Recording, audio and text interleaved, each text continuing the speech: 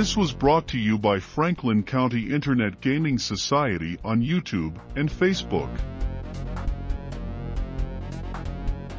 Where to begin? Master Orum, don't trust your memory. Real power lies in subtleties, things we often miss until we go back and review the details. That is why you must record these details. I've never written a journal before. It's too much work, you know. Something you've got to do every day, come rain or shine, or else you start to feel guilty. Of course, that's what they tell me. I've got to start one and keep it every day. Discipline, they say. That's what I need. A magical journal. A record of my magical findings. Does that make sense? As weird as it is to admit, yeah, it does. It wouldn't have once. If you laid that load on me a few months ago, I'd have laughed in your face and possibly began plotting some elaborate prank that teach you not to go around spewing hippie bullshit. What can I say? I was young, stupid, and asleep. Damn punk kid. So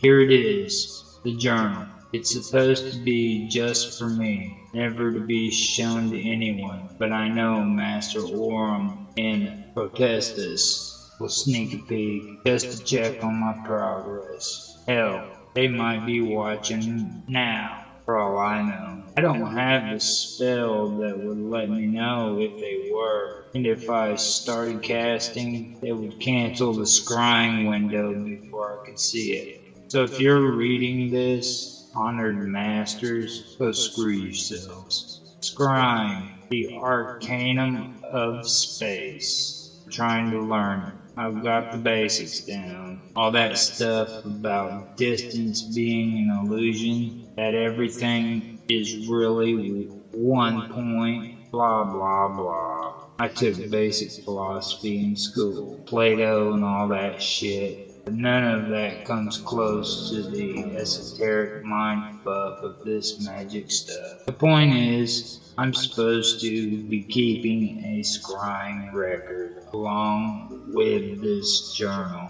You see, when you cast spells at things you can't see or hear, you have to reach out to their patterns. Again, distance is an illusion.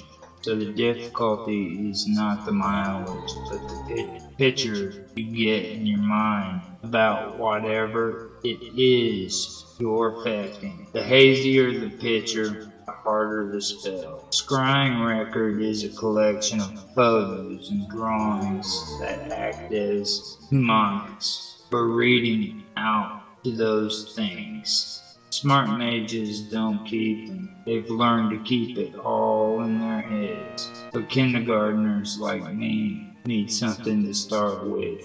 That's why I've got to start keeping clippings and shit to give me something of reference in case I need to view things from far off. Even if you think they're meaningless, you are entwined in threads of destiny, Arctos, but this is not always obvious enough, even to those with the eyes to see it. Only by reading the record of days does the pattern become visible. Alright, enough digression. I'm told I need to start with a memory of my life up to now.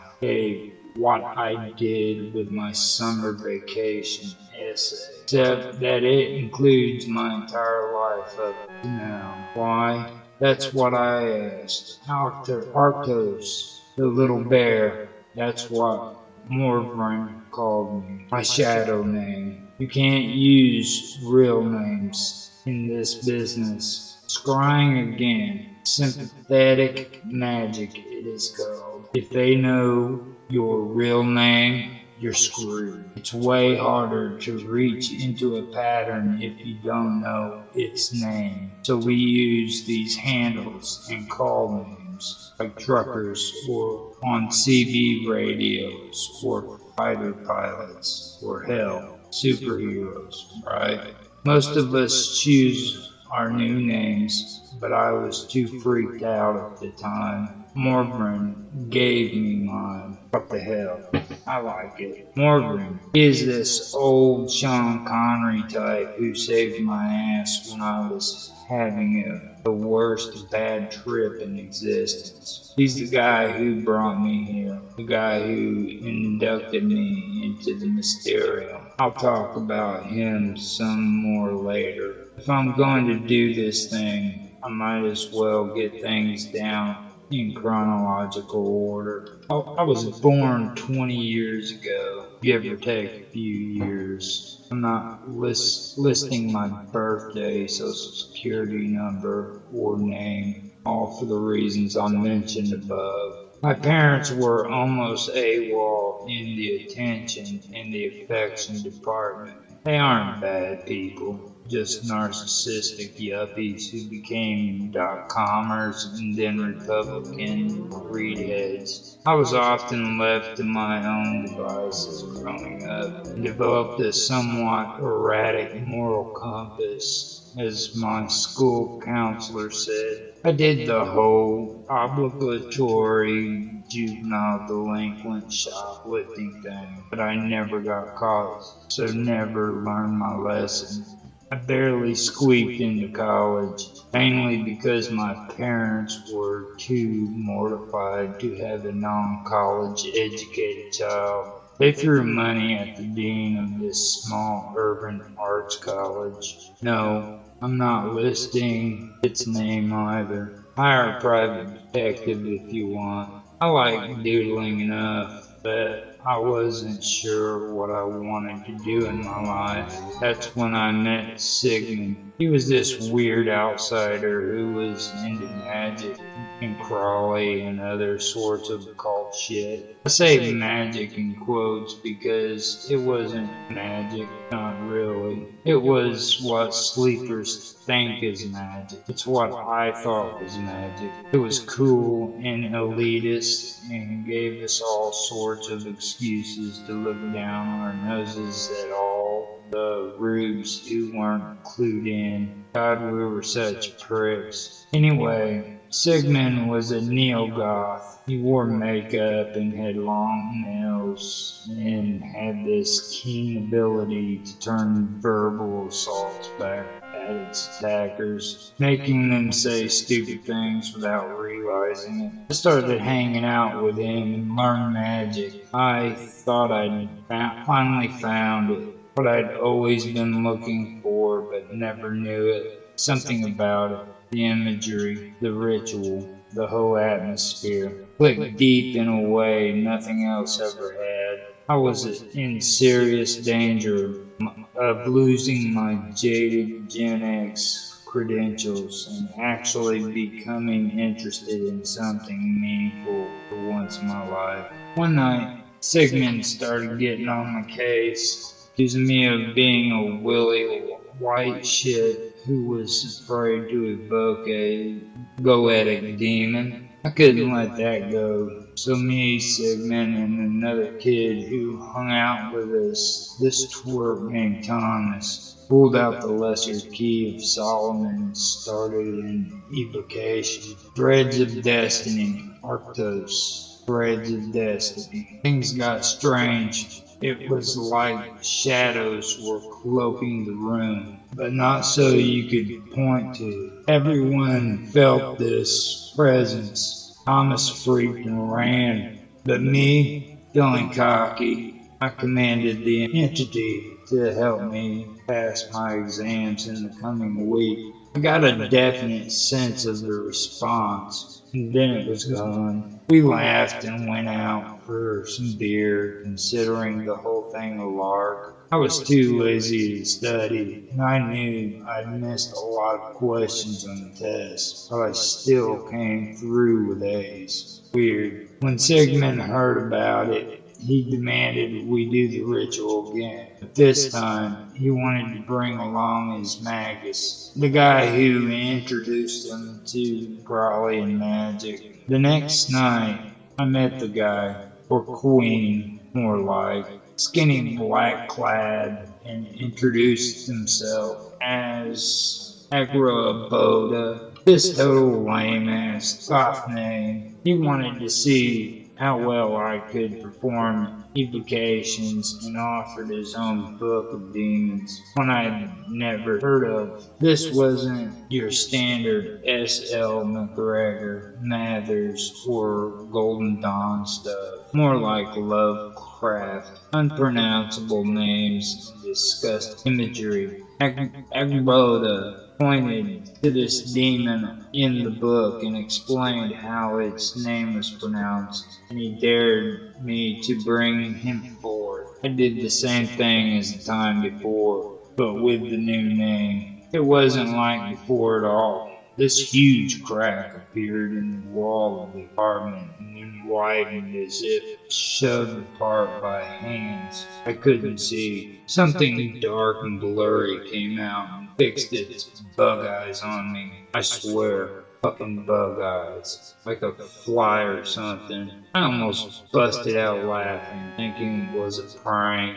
Something in my gut clenched my ass so tight I almost puked. Akraboda cried out, "This is your lord, bow to him." The thing reached out, something that looked sort of like an arm, and I completely freaked out. I dodged behind Sigmund, and the arm grabbed him instead. It flung Sigmund into the crack of the wall. He was screaming bloody murder, and me, for once in my life, I felt a real pang of guilt. I lunged over to the wall to grab him. He was hanging there sideways, his hands barely holding on to the wall. This powerful wind yanking at him from somewhere inside.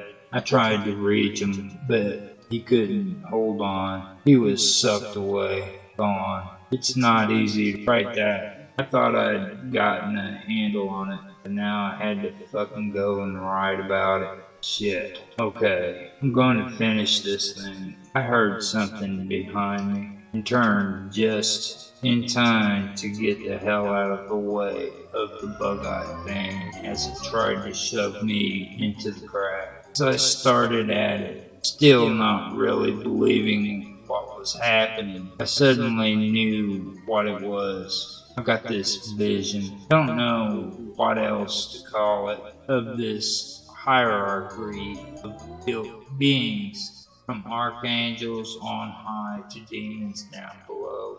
And I somehow knew that the thing didn't belong to any of those levels. It wasn't from around here. It didn't belong here at all. And as that sank in, that what was happening was more real than real, and that the thing could snuff me out of this life and any life hereafter. My hair went completely white. At least that's the moment I think it happened. Looking back, my hair was black, but now it's dark white. And then I wasn't in the room anymore. I was in this black, featureless plain with dark clouds so low I wasn't even sure where was the sky. Before me was this skyscraper-like building, except it didn't have any windows. It looked like it was made of some dark metal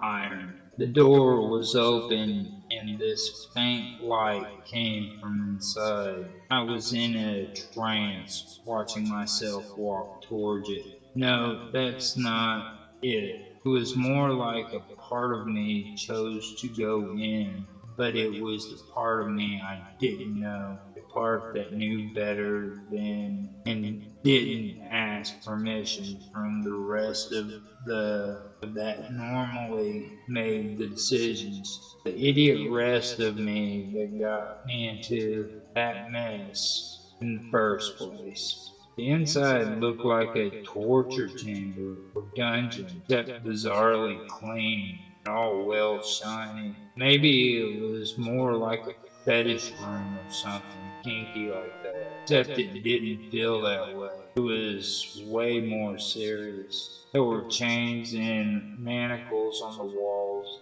dry blood all around them.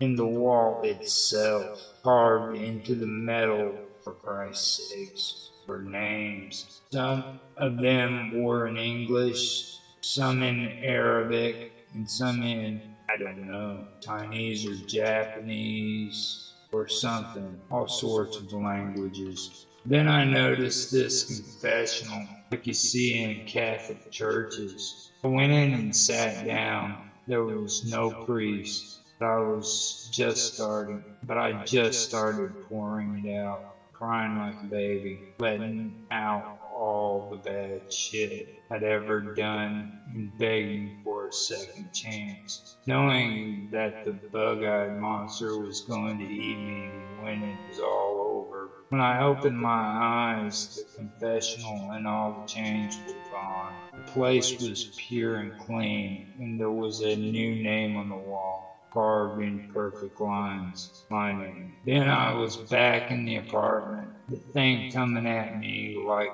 no time passed at all. But I wasn't scared anymore. In fact, I wanted to kick this thing's ass. That was when a guy on a motorcycle came. Things were different. I knew it in my bones, deep in my soul. Crashing through the window, this bike hit the ground and twisted to a complete stop right as he raised his big fucking gun and shot the creature right in its head. Pow! Perfect aim, but not with a bullet. It looked like some sort of Star Wars blaster bolt or something. The thing unraveled. I mean, it literally fell to pieces and they disintegrated. A crack in the wall slammed shut with a boom. The motorcycle guy pointed his gun at Angraboda, who scrolled back, or scowled back. "Fuck you, Angraboda," the guy said. I couldn't see his face behind the helmet visor.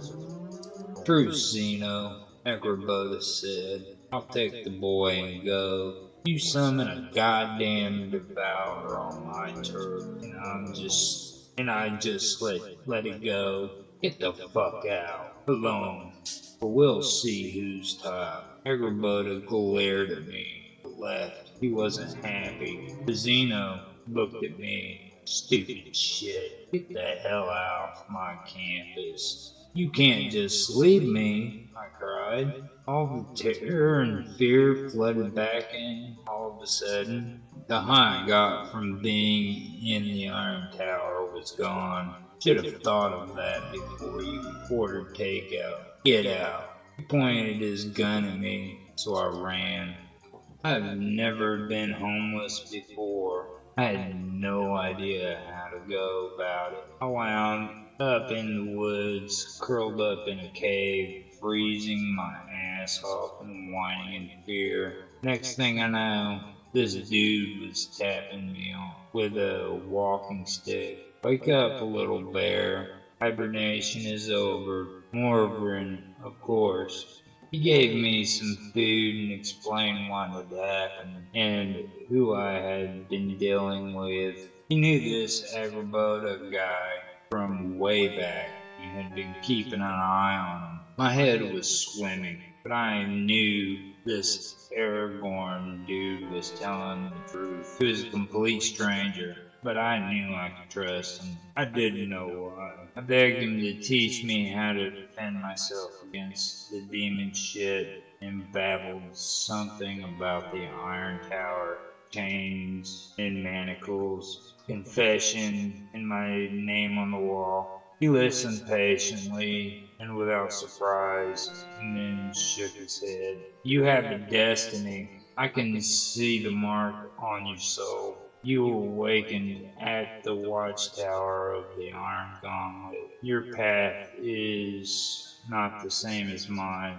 There are others of my order who can teach you. And so he brought me here to this elite private school. The headmaster, Master Oram, didn't seem happy to see either of us, and even less happy when Morven told him about my experience. Boy, are you prepared to become something you are clearly not, master of his own soul.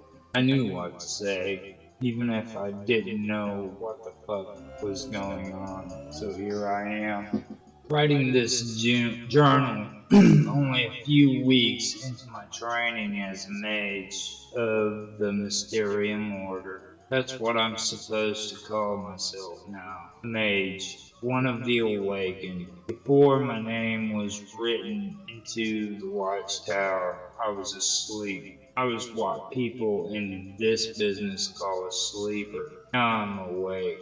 My name is etched into the substance of a higher world, the supernal world, they call it. My watchtower is just one of 5, each of them in different places that all sound like they've come out of a fairy tale book. It's the other way around, though. Fairy tales and myths and all that stuff are just echoes of a reality that is more real than the world we live in. Ours is called the fallen world. Come on, we all know it deep down. This place is shit, right? Religions have been saying it for years. We're living in only half a world, one that's missing its most vital component. So, that's what awakens, they say, the soul, the part of us that belongs up there in the higher world. The ones came down here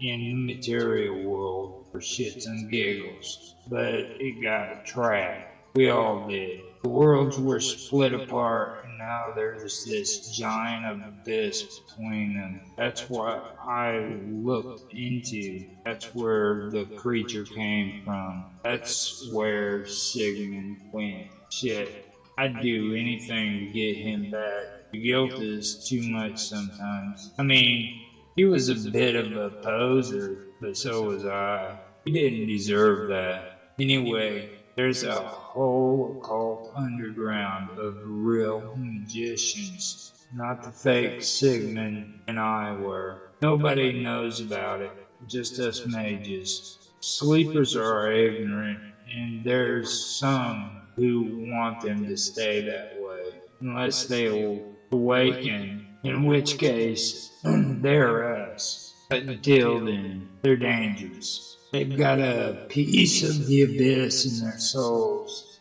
and it wants to drag us all down. If they even see us do our thing, magic, the shit hits the fan, making our spells go haywire, driving us mad, even altering reality around us in ways we don't want. When you reach up to the higher world to bring down a spell, you have to reach through the abyss. Sometimes you bring some of it with you. Sleepers can make it happen just by watching you. Creepy. That's why they can't know about us, about magic, about the deep shit the world is in. Master Orm and Potestas don't want that Agrabah to creep opening any scrying windows into this place. They've got wards up and all, but they worry that he'll keep watching me. They've got me practicing this thing called occultation, the art of hiding yourself from magical spies. You learn how to cloak your aura, your magical signature, what your soul looks like. Keep people from getting a pinpoint on you from afar. It means I have to cut myself off from my previous life. Hallelujah. I hardly ever saw my parents anyway. I didn't have a whole lot of friends. At least nobody is close. It's all behind me now. Occult in obscurity. I don't exist, man. I don't even have a name. I'm a mage now. I can do anything. This was brought to you by Franklin County Internet Gaming Society on YouTube and Facebook, Roger Hanson on Patreon, and Gaming with Infamous on Discord. Thanks for stopping by. Listen to our podcast on any of these platforms: Anchor, Breaker, Overcast, Pocket Casts, RadioPublic, Spotify. Support us on Patreon, and check us out on Discord.